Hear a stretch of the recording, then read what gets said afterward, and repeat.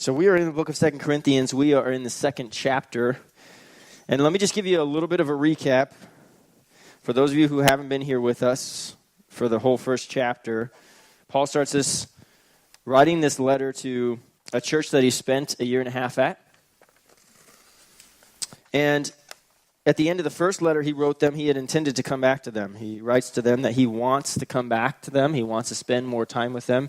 And we see in verse 14 of the first chapter that the reason why he wanted to spend more time with them, the reason why he wanted to come back to them was so that they could continue to mutually boast in one another, that they would have good things to say about Paul and that Paul would have good things to say about them, and they would continue in this good relationship. But somewhere along the way, something changed in the church in Corinth. Probably a man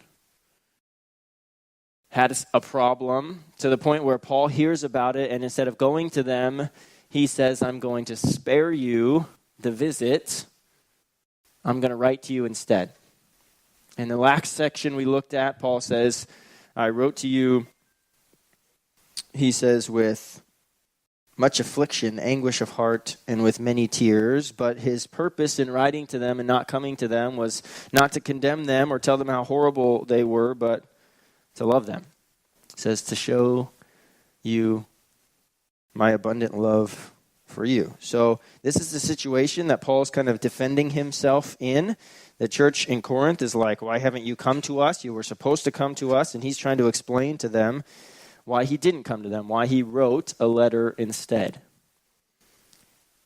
Now, he's going to continue to deal with this issue, whatever the reason was that he wrote this letter to them that caused him this great amount of pain.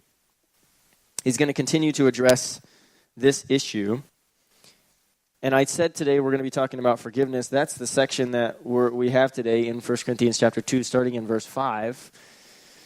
But I threw out this in the welcome. It's this phrase, forgiveness is not for them, it's for you.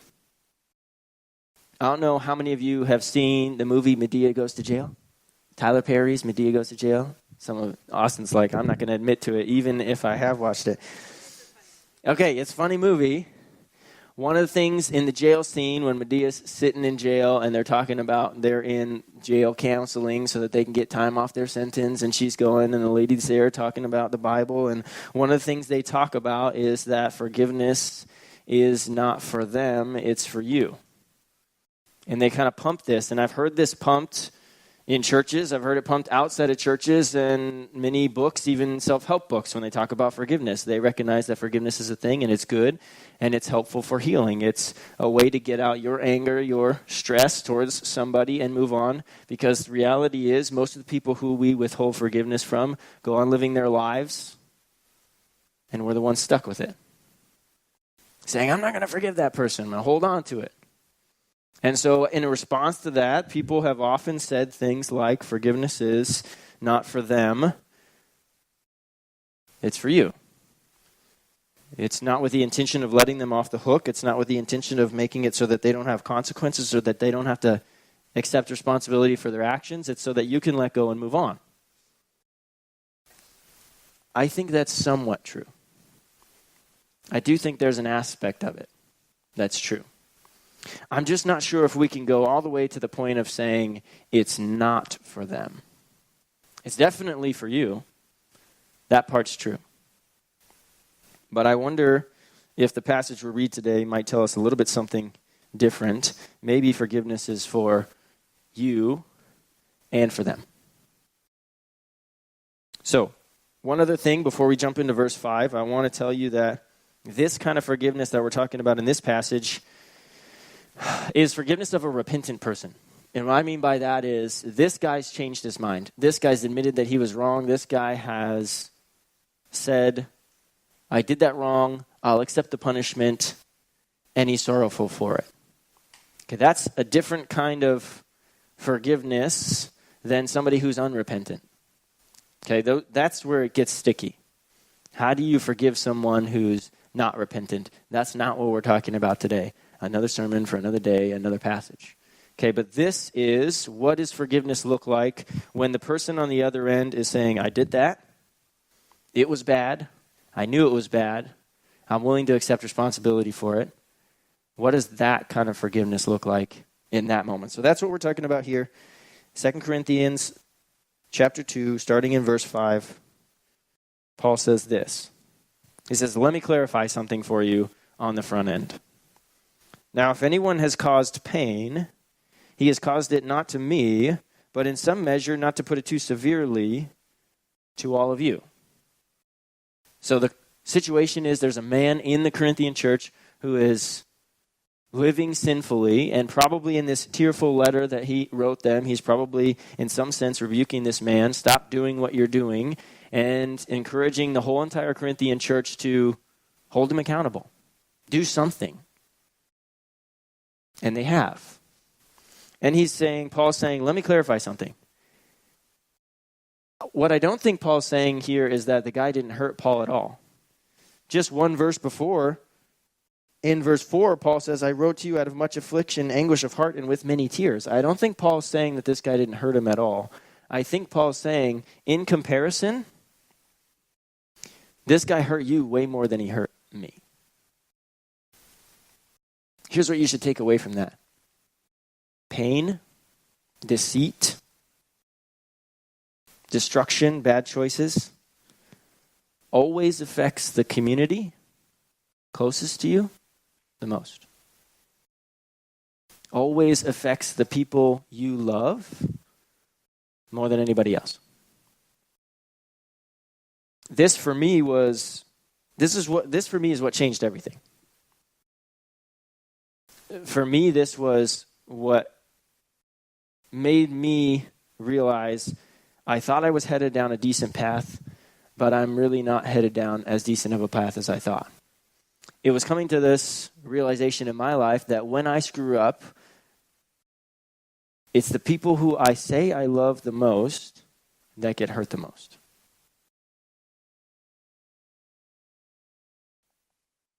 That's what Paul's saying to the Corinthian church. It's not me he hurt.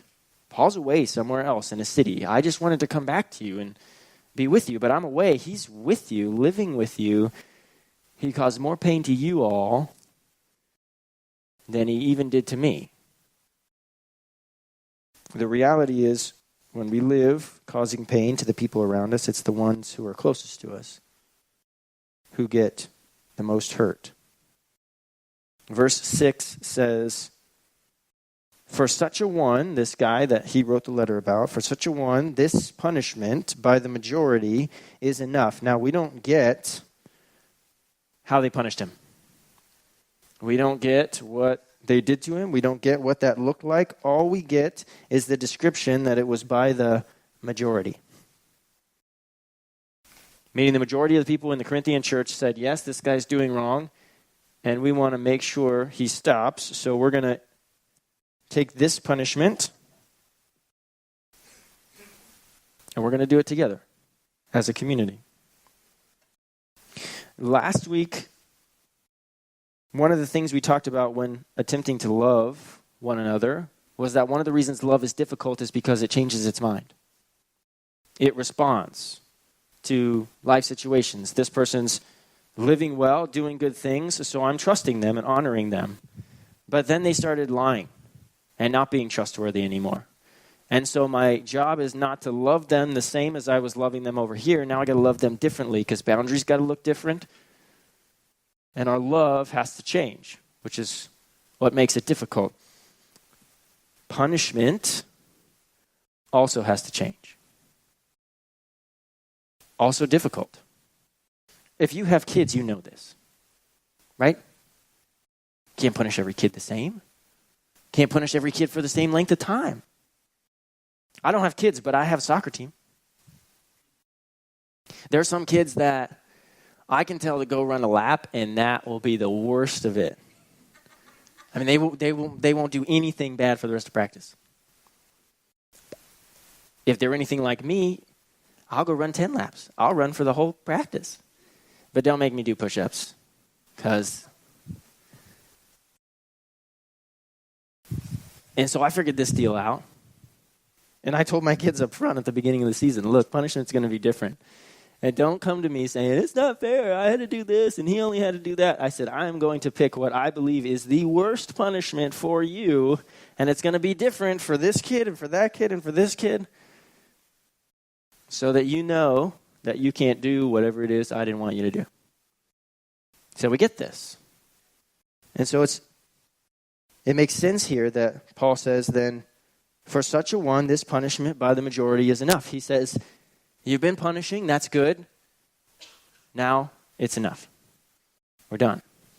There has to be some change in the way we love people. There also has to be some change in the way we punish. It's the difference between holding on to something and saying, I'm going to punish you forever, I'm not going to trust you ever again, and 10 years later holding on to that. I'm not going to trust you ever again. Why? Because I said I wouldn't 10 years ago, but they've been living faithfully for the last 10 years. But you're still holding on to that. Or somebody else is holding on to that against you. Paul says here, the punishment by the majority is enough. Here's another principle to take out of that passage if you're a parent. Punishment by the majority is enough. Some of you who are really good at math, tell me how many you have to have as parents to have a majority.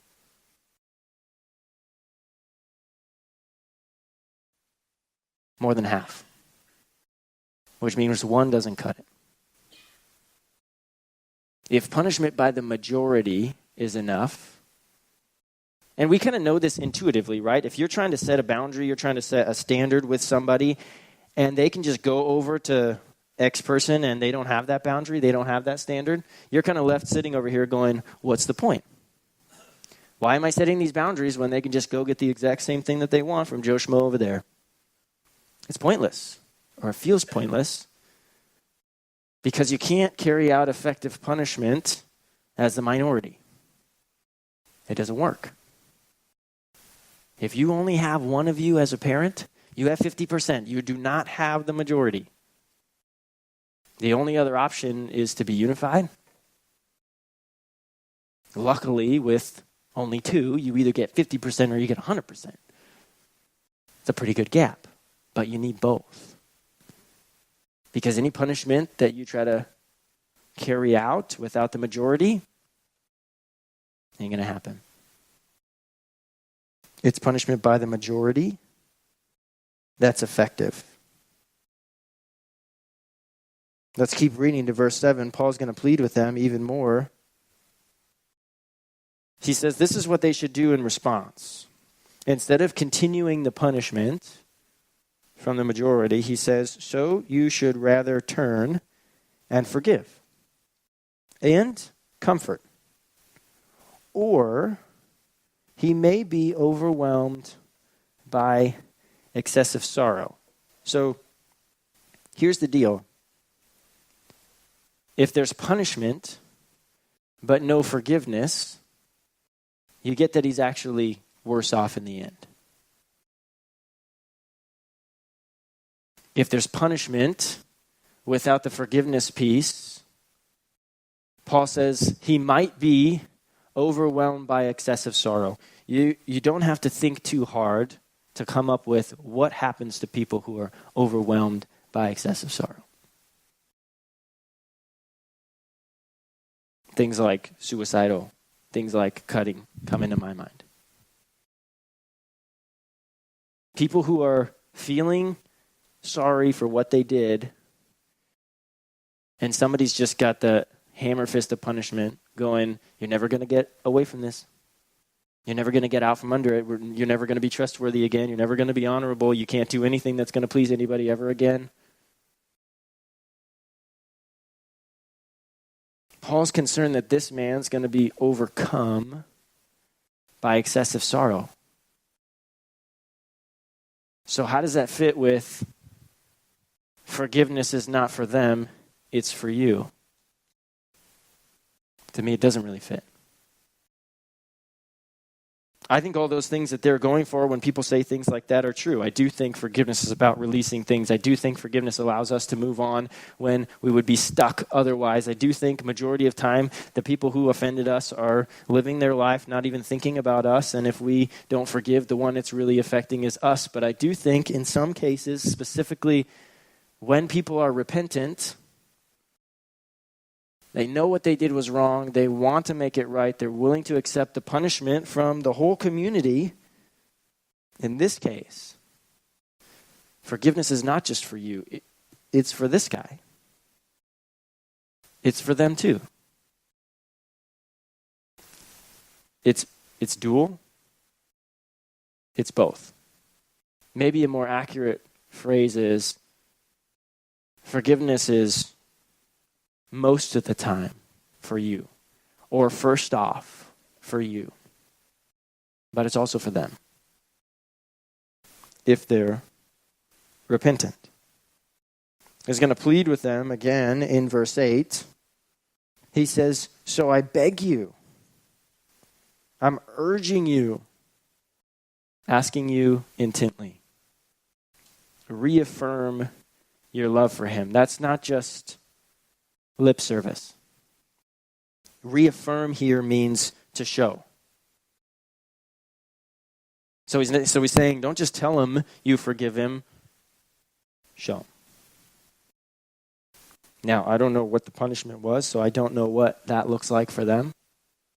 Maybe it's pulling him out of the community and then bringing him back into the community. I don't know how far they had to go with this guy to punish him, but whatever it is, he's saying,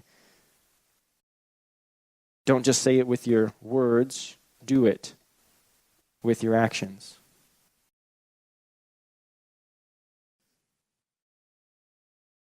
In verse 9, he says, "For this is why I wrote, that I might test you and know whether you are obedient in everything." Most of the likely, he's meaning the letter that he last wrote to them instead of coming to them.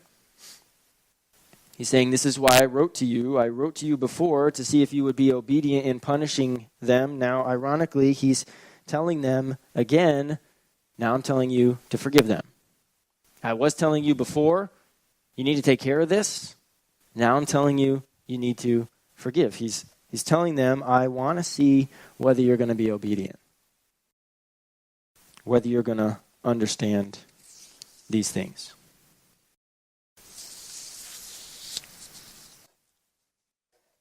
In verse 10, he says, "Anyone whom you forgive, I also forgive.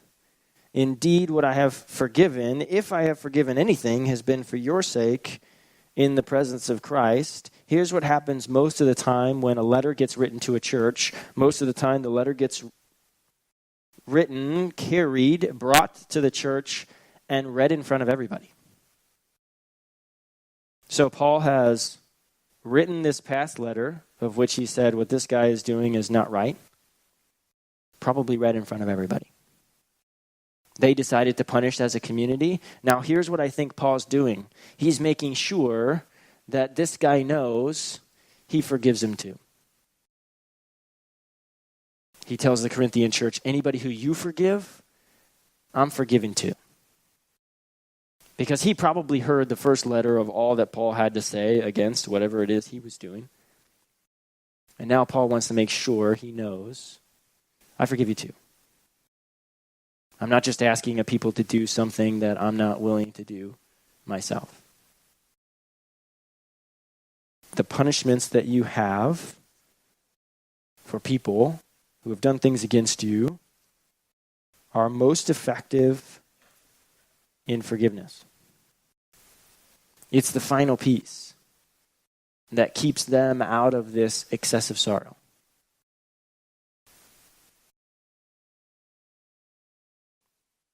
Verse 11, the final verse says this.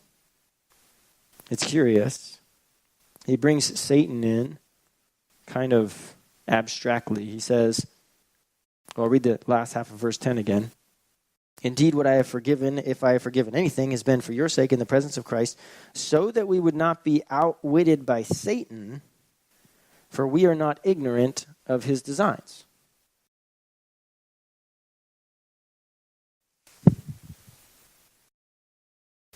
got to think about who's Satan and where is he at? What's his state? For some reason, God chose at the fall of humanity to provide a Savior, to provide a Christ, to provide a sacrifice, to provide a way for us to get back into fellowship with Christ. But for some reason, God didn't make that choice with the fallen angels. I don't have a good reason for why he chose that with humans and why not with angels. That's just his choice. There is no forgiveness for Satan. That's the choice God made. There's a fall. There's angels who fell with him, and they, Revelation tells us, will end up in the lake of fire for all eternity. No choice for them. No, you get to pick Jesus, and he'll cover your sins by his blood. Not the same offer to us as to fallen angels. They don't have an offer. They're condemned, cast down to the earth, and then at the end of all things, cast into the lake of fire. That's it. So the only plan for Satan in this earth is to take people down with him. He knows the scriptures. Tried to tempt Jesus with the scriptures. He thought he knew the scriptures so well. He's aware that his hope for forgiveness is nowhere. So his job is simply to go to you and me in situations of conflict like this, where one man stands up in a church and pains, destroys, causes destruction to the people around him. Paul writes to them and says, you should punish this man. So they do, and Satan goes, dang, I wish they were just going to let it go and pretend like he doesn't exist and let him just keep wreaking havoc and destruction. Bummer, but maybe I can get them never to forgive him. Maybe I can get them to understand or to make him think that he's unforgivable. Like me. It's his only foothold. If he can get this guy to buy in that he's unforgivable because there's a community of people whom he's wronged who are unwilling to forgive him, then he's won. Then he's simply just said, yep, they were on the right track for a minute, but I got him off track. There is no forgiveness for him. For Satan, punishment lasts forever. So Paul says very keenly, so that we would not be outwitted by Satan. He says this in the context of forgiveness. Forgive this guy so that he's not overcome by excessive sorrow, so that he doesn't continue to believe that there's no hope for him, there's no forgiveness for him. No, the real story is there is forgiveness for him. It's forgiveness that reflects the cross. It's the forgiveness that we've been given first that we then turn around and give to him. He says in verse 7, you should turn and forgive him and comfort him. We take the forgiveness that Christ gave us on the cross, we hand it over to other people, and then just like he was trying to argue in the first chapter, we comfort others by the same comfort that God's comforted us. He says, comfort him. Forgive him because you've been forgiven. Comfort him because you've been comforted. And you say, well, they haven't been comforted. I mean, they probably haven't been hurt by somebody in the church, and then this guy's... No. It's the comfort that you and I received from God, that we were sinners. There's nothing we could do about it. And God still forgave us. It's that kind of comfort that Paul's asking them to extend to this guy. You were a sinner. God forgave you. Forgive this guy. But it's not just about you. It's about him. Your punishment of anybody in your life is most effective for forgiveness on the end of it. It's most effective when you forgive. It's most effective when you understand that it's the plan of Satan to try and make people believe that no matter what you've done, no matter how much you're sorry for it, no matter how much you've repented or accept the consequences, you can't be forgiven. That is not the plan of God. That's the plan of the enemy. Don't buy into it. Don't let a community of people help you to buy into it. This is one of the reasons why forgiveness is so important. Don't be a cohort with Satan by withholding forgiveness. Remember, this is to the repentant person. All right, it gets sticky, it gets tougher with the non-repentant person. But to the one who's willing to accept the responsibility for their actions, decide when punishment is enough and let it be enough. Find a time to forgive and extend that forgiveness so that they're not consumed by excessive sorrow, so that you're not working with Satan in his plan to try and keep people from feeling forgiven. Pray with me.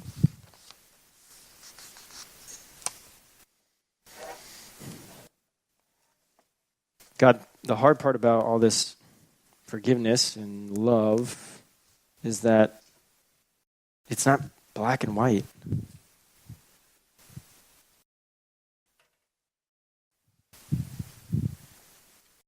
But God, I believe that there's a spirit who's truthful that lives inside of those who believe in you. And this truthful spirit, God, I know is able to lead and guide. To know exactly when someone's honest in their repentance and when they're not. God, I pray for the people who you're convicting in the room that forgiveness needs to take place in a way it never has before. Would you give them the wisdom to do that in a way that's honoring to you, but safe for them? We know that Paul wasn't asking the Corinthian church to do something easy, but he was asking them in a certain way to protect the perpetrator, the one who was doing the abusing. And that's tough. There is a time, God, when forgiveness should be offered. God, I pray you would make the people in our lives who are unrepentant, repentant, so that there would be a moment for this to happen, for this kind of forgiveness to take place. God, give us wisdom. Make us faithful men and women. Thank you that forgiveness is even possible because of your Son. Jesus, we love you. We thank you. It's in your name we pray. Amen.